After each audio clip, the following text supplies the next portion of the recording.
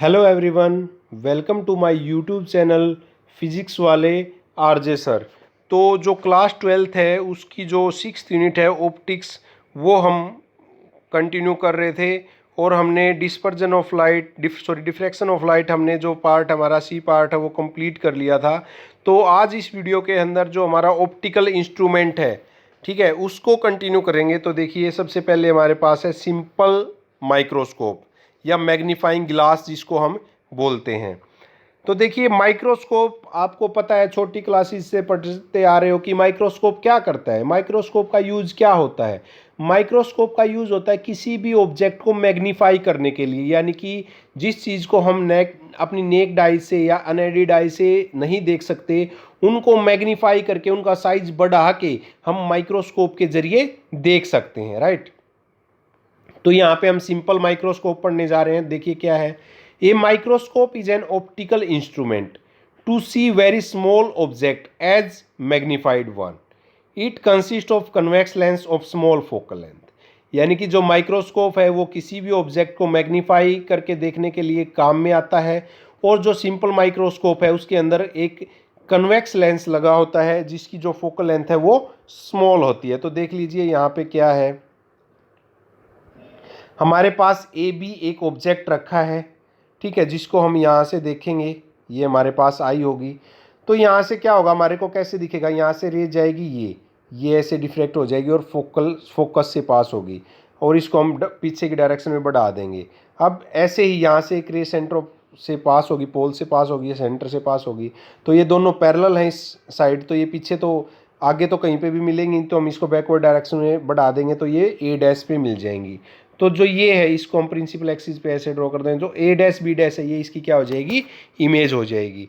तो यहाँ पे क्या है, जो ऑब्जेक्ट के साथ एंगल बना है वो हमारे पास, सॉरी, जो इमेज के साथ एंगल बना है वो बीटा है।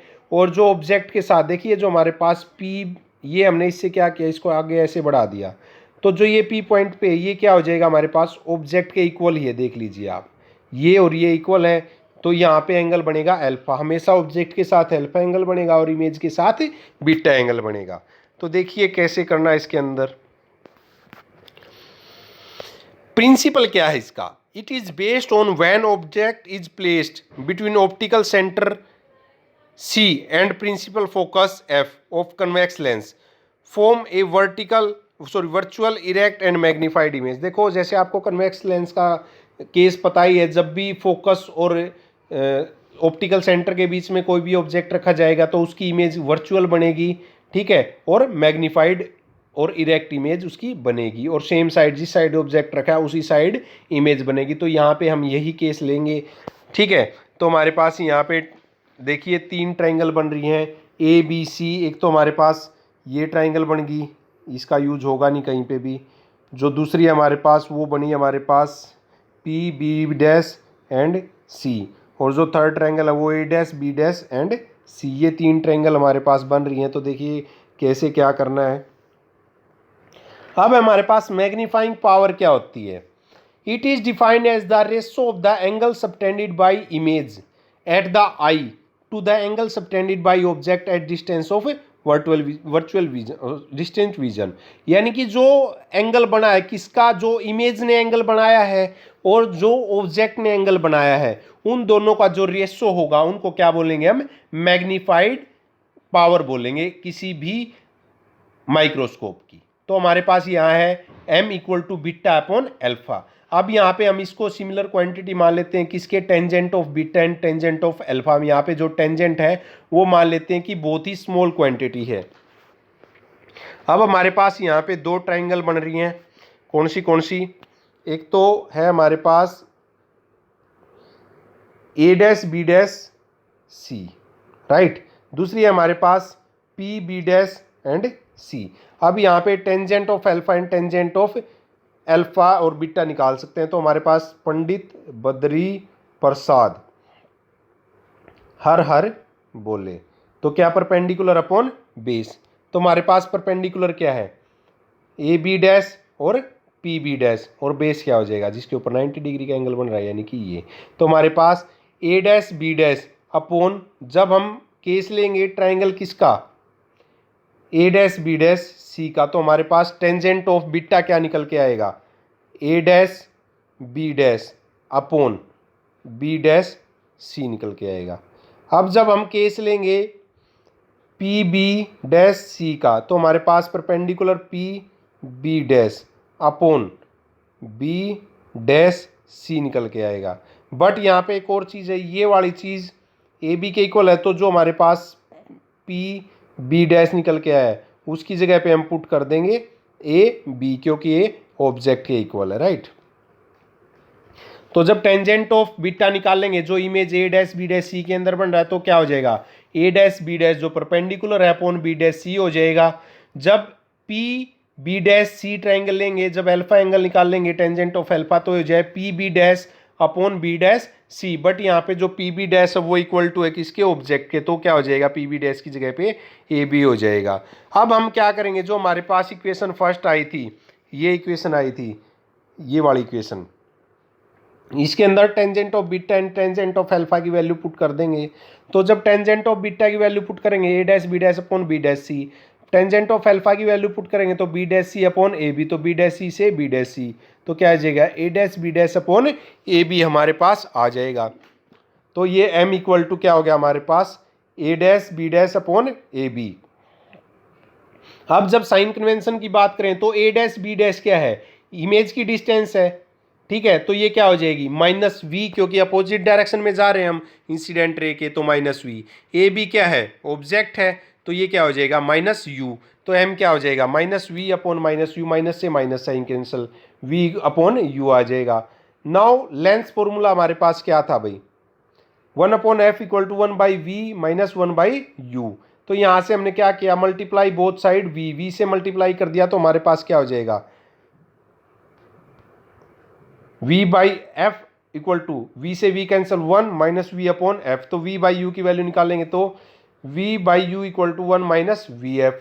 तो m हमारे पास m किसके इक्वल आया था, v अपॉन u के, तो यहाँ से v m किसके कैंसिल आ गया, 1 माइनस m किसके इक्वल आ गया है, सॉरी v अपॉन u किसके इक्वल आ 1 माइनस v अपॉन f, तो यहाँ से m किसके इक्वल हो जाएगा 1 माइनस v अपॉन f, क्योंकि देखिए m हमारे पास v अपॉन u के इक्वल भी था और यहाँ पे भी v अपॉन u किसके इक्वल आ गया 1 माइनस v अपॉन f के, और m किसके इक्वल आया था v अपॉन u के। तो हम यहाँ पे ये वाली वैल्यू इसकी जगह पे रख सकते हैं, तो क्या आ जाएगा m equal to 1 minus v upon f, और v को हम क्या बोल सकते हैं, d भी बोल सकते हैं, ठीक है, डिस्टिंक्ट डिवीजन जिसको हम बोलते हैं। तो जो d है वो इक्वल टू होगा माइनस v के, तो यहाँ पे m equal two plus d upon f हमारे पास हो जाएगा। अब यहाँ पे अलग अलग केस दिए हैं। In the case of when eye is placed behind the lens at a distance A, जब बिहाइंड द लेंस, लेंस के पीछे की तरफ हमारी आई है, तो d माइनस ए हो जाएगा इस केस में, m equal to 1 plus D minus A upon F. When the image is formed at the infinity, और जब इमेज इन्फिनिटी पे बनेगी तो हमारे पास m इक्वल टू क्या हो जाएगा, d अपॉन एफ हो जाएगा। नेक्स्ट है हमारे पास usages of simple microscope. Simple microscope का यूज कहाँ कहाँ पे होता है। फर्स्ट सबसे पहले देखो, जैसे आपने पढ़ा है कि माइक्रोस्कोप में केवल, सिंपल माइक्रोस्कोप में केवल एक कन्वेक्स लेंस यूज होता है, यानी कि किसी भी कन्वेक्स लेंस को हम मैग्नीफाइंग ऑब्जेक्ट, यानी कि किसी भी ऑब्जेक्ट को मैग्नीफाई करने के लिए यूज कर सकते हैं। एक सिंगल कन्वेक्स लेंस को भी हम माइक्रोस्कोप बोल सकते हैं, राइट। तो इसके अंदर क्या होगा, हम किसी, जब आपने देखा होगा जब आप अपनी वॉच वगैरह ठीक करवाने जाते हैं तो जो वॉच मैकेनिक होता है वो अपनी आँख पे ना एक लेंस टाइप का लगाता है आँख के अंदर, उसमें कन्वेक्स लेंस लगा होता है, ताकि जो वॉच होती है उसके जो पार्ट्स होते हैं बहुत छोटे छोटे होते हैं, वो उसको बड़े बड़े दिखते हैं। इसीलिए फर्स्ट पॉइंट है, by watch makers and jewellers for having magnified view of tiny parts of watch and fine jewellery, यानी कि जो ज्वेलरी है और जो वॉच है उसके जो छोटे छोटे पार्ट्स होते हैं उनको बड़ा करके देखने के लिए इसका यूज होता है।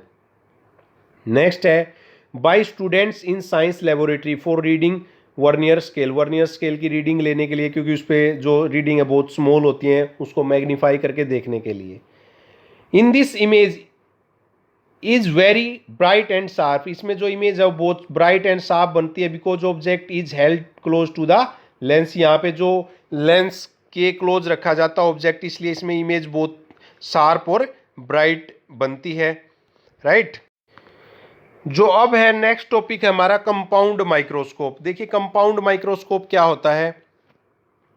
कंपाउंड का मतलब आप समझ ही गए, कंपाउंड मतलब दो चीजों का मिक्सर। अब यहाँ तो हमने सिंगल कन्वेक्स लेंस की बात करी थी, अब यहाँ पे डबल कन्वेक्स लेंस हो जाएंगे, एक ऑब्जेक्टिव लेंस होगा और एक आई लेंस होगा। तो देखिए it consist of two convex lenses, one objective of very small focal length. एक ऑब्जेक्टिव लेंस होगा जिसकी फोकल लेंथ क्या होगी, बहुत छोटी होगी, विद शॉर्ट अपर्चर, अपर्चर भी क्या होगा, छोटा होगा। एंड वन आई पीस, एक आई पीस होगा ऑफ मॉडरेट और लार्ज फोकल लेंथ, जिसकी मॉडरेट मतलब बीच की, मीडियम या लार्ज फोकल लेंथ इसकी हो सकती है, और अपर्चर भी इसका क्या होगा, बहुत ज़्यादा होगा। तो देखिए इसमें पहले डायग्राम, रे डायग्राम आप समझ लीजिए। ये हमारे पास एक ऑब्जेक्टिव लेंस है, यहाँ से ये ऑब्जेक्ट रखा है तो यहाँ से एक रे गई यहाँ पे और दूसरी इसके ऑप्टिकल सेंटर से पास होगी यहाँ पे। अब यहाँ से हम देख रहे हैं तो यहाँ से ये रे बेंड होके यहाँ जाएगी और यहाँ से ऐसे यहाँ जाएगी। अब ये यहाँ तो पैरेलली है तो यहाँ तो इस साइड तो मिलेंगी नहीं, हम इनको आगे की तरफ बढ़ा देंगे ऐसे, तो ये इस पॉइंट पे मिल जाएंगी। तो हमारी जो फाइनल इमेज है वो A double dash B double dash बनेगी। अब हमारे पास देखिए ऑब्जेक्ट के साथ कौन सा एंगल बनेगा, हमेशा अल्फा एंगल बनेगा। तो हमारे पास ऑब्जेक्ट तो ये है, तो इस साइड ये कुछ ऐसा सा ये हमारे पास कैसा एंगल बन जाएगा, अल्फा का। इमेज ये है तो ये हमारा कैसा एंगल बन जाएगा, बीटा का एंगल बन जाएगा। ठीक है, तो ये चीज़ है, तो ये हमारे पास ऑब्जेक्ट है, इसकी डिस्टेंस माइनस यू हो जाएगी। ये हमारे पास इमेज की डिस्टेंस हो जाएगी, डी भी बोल सकते हैं इसको, वी भी बोल सकते हैं, राइट। डिस्टिंक्ट विजन के लिए तो इसलिए डी ले रहे हैं, तो डी की वैल्यू माइनस वी होगी, राइट। देखिए इसका प्रिंसिपल क्या है। When object is placed in front of convex lens, जब कन्वेक्स लेंस के सामने ऑब्जेक्ट रखा है, या ऑब्जेक्टिव लेंस भी बोल सकते हैं हम, then it forms real inverted and magnified image. तो ये क्या करेगा, रियल और इन्वर्टेड एंड मैग्नीफाइड इमेज रखेगा। तो देखिए ये हमारे पास ऑब्जेक्ट है, ठीक है, तो इसकी, इस ऑब्जेक्ट की जो इमेज है ये रियल इमेज हमारे पास बन रही है, और रियल होगी तो कैसी होगी, इन्वर्टेड इमेज हमारे पास बन रही है, A dash B dash of object A B in such a way that A dash B dash fall somewhere between pole and focus of eye lens. अब जो ये है, ये इमेज है इस ऑब्जेक्ट की, ये इसके पोल और फोकस के बीच में बनेगी। तो जब पोल और फोकस के बीच में बन रही है तो सेम साइड, अभी हमने सिंपल माइक्रोस्कोप में पढ़ा है कि वर्चुअल इमेज बनेगी, इरेक्ट इमेज बनेगी। तो देखिए ये डाउनवर्ड डायरेक्शन में तो इमेज इसके अकॉर्डिंग तो क्या है, ये वर्चुअल और इरेक्ट ही है, ठीक है, और सेम साइड है। So A dash B that act as an object for eye lens. तो इस लेंस के लिए जो ये ऑब्जेक्ट है, ये इमेज है इस ऑब्जेक्ट की, ये इस लेंस के लिए ऑब्जेक्ट का काम करेगी, और इस ऑब्जेक्ट के लिए ये हमारे पास फाइनल इमेज बनेगी। So A dash B dash act as an object for eye lens and its virtual magnified image A double dash B double dash formed by the lens। तो हमारे पास जो फाइनल इमेज है वो ये A double dash B double dash हमारे पास बन के आ जाएगी, राइट।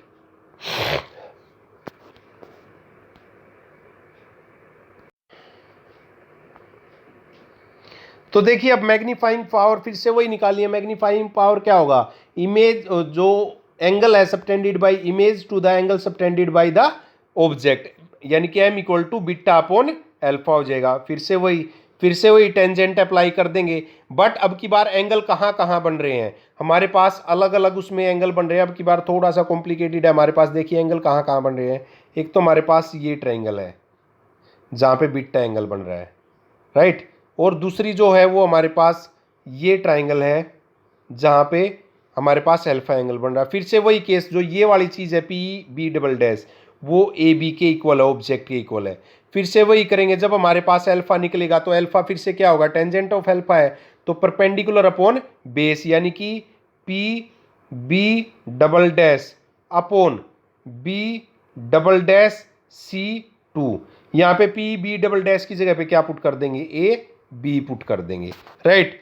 और जब बीटा की वैल्यू निकालेंगे तो बीटा क्या हो जाएगा, A double dash B double dash upon B double dash C2, ये हो जाएगा भाई, ठीक है। तो ये देखिए कैसे करना आगे।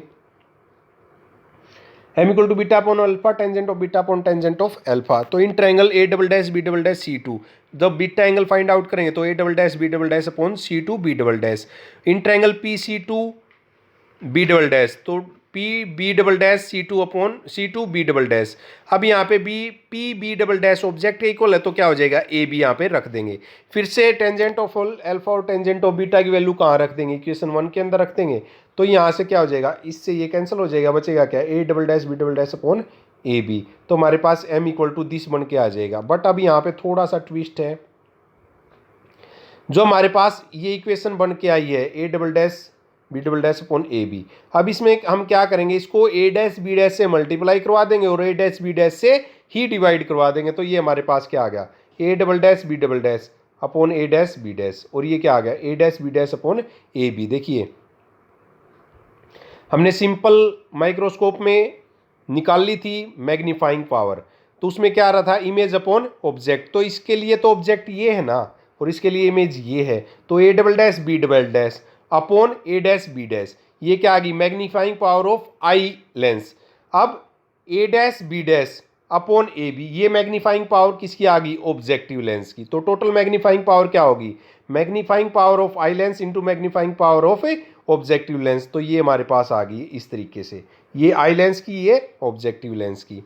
अब जब हम ऑब्जेक्टिव लेंस की मैग्नीफाइंग पावर निकाल लेंगे तो क्या होगा, A dash B dash upon A B है, तो ये क्या हो जाएगा, माइनस वी ऑब्जेक्टिव, ये नोट जो आपको दिख रहा है ये ओ है ऑब्जेक्टिव लेंस के लिए, अपॉन यू ओ। तो ये क्या हो जाएगा, अब एम ई निकालेंगे आई लेंस के लिए, हमने सिंपल में भी निकाली थी, सिंपल माइक्रोस्कोप में भी, तो वो क्या निकल के आई थी, M E 1 plus D upon F E हो जाएगा।